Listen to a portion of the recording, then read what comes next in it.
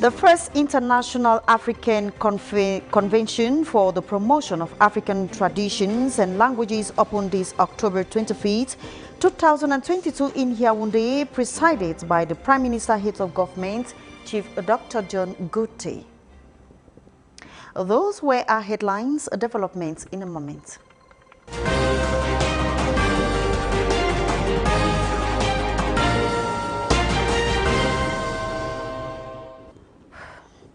Inhabitants along the Yaoundé-Soa stretch of roads are crying and complaining on the fact that the street lights are all bad and the whole area is completely dark at night, making movements and businesses very slow in that part of the town.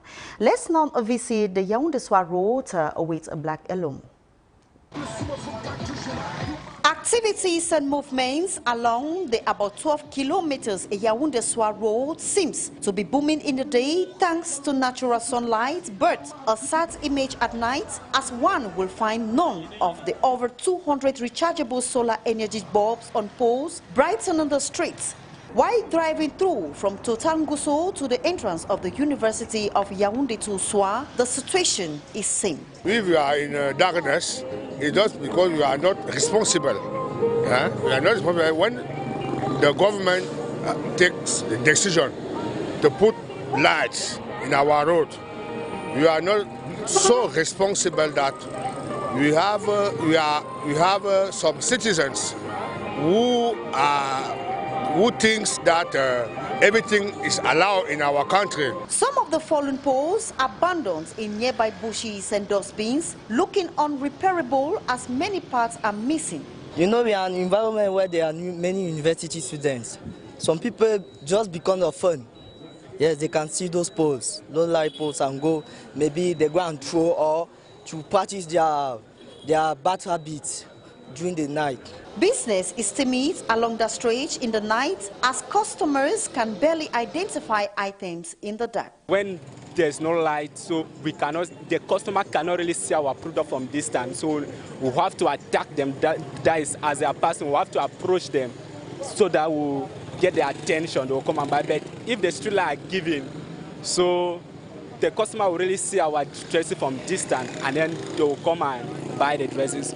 And even here, when the people that have stores that sell beside the road, when they close their stores, they off the lights. You see, no, like this guy, he has forgotten to off his light. So if he off his light, it will be very disadvantage to us. I plead on the government to come and try to fix the street light. At the Fujerol Junction, the bulbs on poles lightening the entrance to Olembe neighborhoods are almost off. From Ngusso to Soa, these rechargeable solar energy bulbs on poles, gifts from Japan, are now less valued as they serve no purpose to the well-being of the population.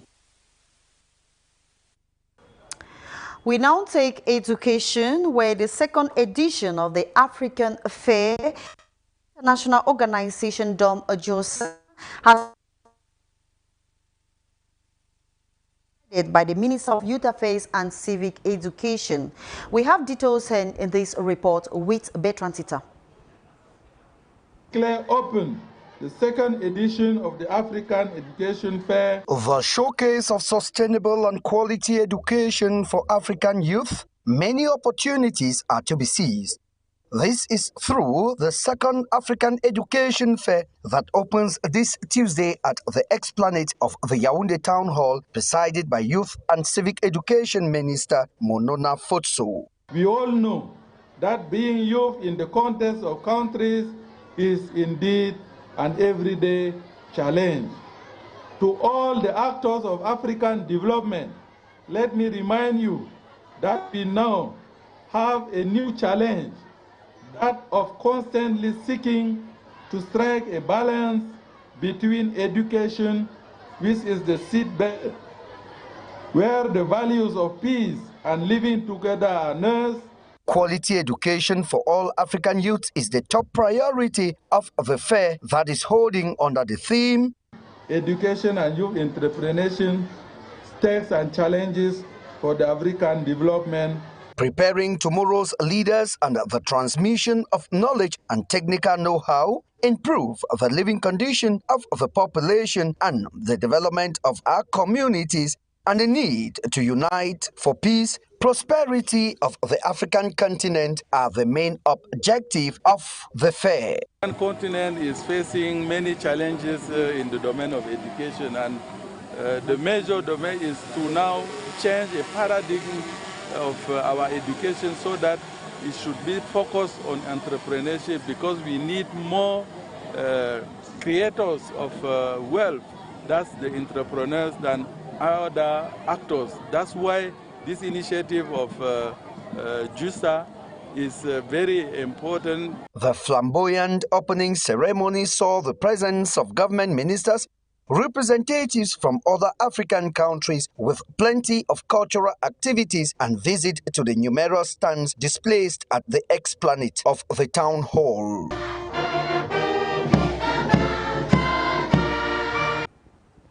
The Prime Minister, Head of Government, Chief Dr. John Gutte, has presided this October 25th on the first International African Convention on the Promotion of the African Tradition and Languages. It was attended by members of the government and several members of the diplomatic corps. It was aimed at bringing people together to see how to valorize the rich African and Cameroonian rich heritage. We have details in this report with Ghislaine Afo. Protecting and enhancing our African culture and heritage is the main objective of the International Center for Research and Documentation on African Traditions and Languages, fondly known by its French acronym, CEDOTOLA. An intergovernmental institution which seeks to promote the African descent has seen it hold its first international convention. But at this time you can observe what is happening throughout the world now. There is a very real geo-strategic implementation of for a new world, a multipolar and multilateral world. Really respecting people, respecting the nations, respecting communities, and respecting the values of the heritage throughout the world. Organized under the theme, Sitting for a New African Thought, this convention is so as to strengthen collaborations with organizations of ultimate goal to preserve the African culture, especially for the younger generation. What we do is share African culture throughout the United States and also the continent. We bring public programming that emphasizes education, scholarships, and we actually donate tablets, laptops, and internet equipment so African students can always maintain that competitive edge in the global scene. With a number of Africans living in the diaspora, the promotion of the African descent is of essence. We have public programs that we emphasize the language, we emphasize the different cultures. We make sure our role is to bridge the gap between the continent and Africa. So we bring in language. We have like a taste of Africa to explore the various foods in Africa and the various cultures. We actually have a short stories that's written by African children in royal household that teaches us the insides of a royal household, things that we just would never know in America. This opening ceremony, which took place this October 25th, 2022 at the Yaoundé Conference Center, was presided over by the Prime Minister, Head of Government, Chief Dr. Joseph John Gutte, was one which was also heavily attended by several government officials, members of the diplomatic corps, saw the ceremony animated by cultural displays. This October 25, 2022, the President of the Republic, Paul Biya, has signed, following a decree. There has been a nomination of some personnel at the General Secretariat of the Prime Minister.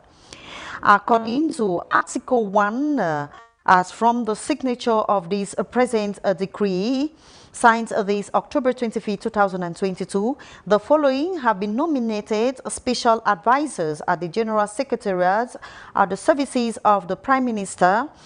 They are Mr. Mboto Edimo Frederick, Mr. Okole Ndopkwe Blessed, Mr. Cheka Cosmos Ngasa and Madam Aisa Afadajo. According to Article 2, the interested or newly nominated have full rights on strategies that. And in Article 3, the present decree will follow a matter platform English assigned October 25, 2022 by the President of the Republic, His Excellency Paul Biya. Also an invitation from the ruling that read members of the Center Committee, permanent delegation, the member of government, senator and members of parliament of Kupe Maningumba, section presidents of Kupe Maningumba 1, 2 and 3, regional assembly representatives of Kupe Maningumba, board chairpersons of state corporations, general managers, secretary general and those ranking as such, mayors of Bangem, Nguti and Tombe councils or CPDM elites of Kupe Maningumba are cordially invited to an important enlarged meeting of the Central Committee Permanent Divisional Delegation scheduled to take place on Wednesday, the 26th of October 2022 at GFAC Hotel Building, Carrefour Emia, here in Yaoundé at exactly 5 p.m. prompt. The main points on agenda will focus on the 40th anniversary celebrations of the ascension to the Supreme Magistracy of His Excellency President Paul Biya in Kupe Maningumba Division on the 6th of November 2022. Your usual attendance and contributions to the success of this very important meeting shall be highly appreciated. Signed by His Excellency Professor Elvis Ngole, head of Central Committee Permanent Delegation. Now take you out of the country, where the Ghanaian Minister of Finance, Ken Ofi, has been asked to be sacked by the ruling members. This was of Ghana, Nana Akufo, and other stories with Shislin Afu. Ghana's ruling party lawmakers have called for the sacking of the country's finance minister. President Nana Akufo-Addo has come under heated pressure as Ghanaians face 37% inflation and the collapse of their currency, the cedi, and an economic hardship worsened by the Russian invasion of Ukraine. Finance Minister Ken Ofori-Atta, whom has just returned from Washington, where he was in talks with the International Monetary Fund to secure a loan of $3 billion. In addition to Mr. Ofori-Atta, a majority of parliamentarians from Mr. Akufo-Addo's New Patriotic Party have called for the dismissal of another finance official, wherein the president must immediately fire the two officials to restore hope to the financial sector and reverse the downward trend in the growth of the economy. A Nigerian court has ordered a final seizure of 2 properties and cars owned by former oil minister Diezani Alison Madueke, who was a key figure in the administration of former President Goodluck Jonathan, served as petroleum minister from 2010 to 2015. According to reports, the former minister has been tagged with several corruption allegations since she left office but denies the charges. The Economic and Financial Crimes Commission, in a statement, says that the High Court Judge Mobolaji Olajuwon issued the final forfeiture of the former minister's $3 billion houses and cars in Abuja. Alison's whereabouts are unclear, but she was last known to be in Britain. Fire outbreak at a boarding school for the blind on the outskirts of Uganda's capital, Kampala, is seen to have killed 11 people, including children. 6 others who were found in critical condition have been admitted to the hospital, the Ugandan police said in a statement, but could not state the cause of the fire at the Salama school. The victims, including children aged between 7 and 10, were burnt beyond recognition. The Salama School for the Blind, built in 1999, has dozens of students aged between 6 and 25. Fire incidents at schools have been a cause for concern for education officials in the East African country, where classrooms and dormitories are often crowded. Thanks very much for watching, dear viewers. That was the package we had for you. Goodbye and stay in the company of interesting programs on Camdis Television.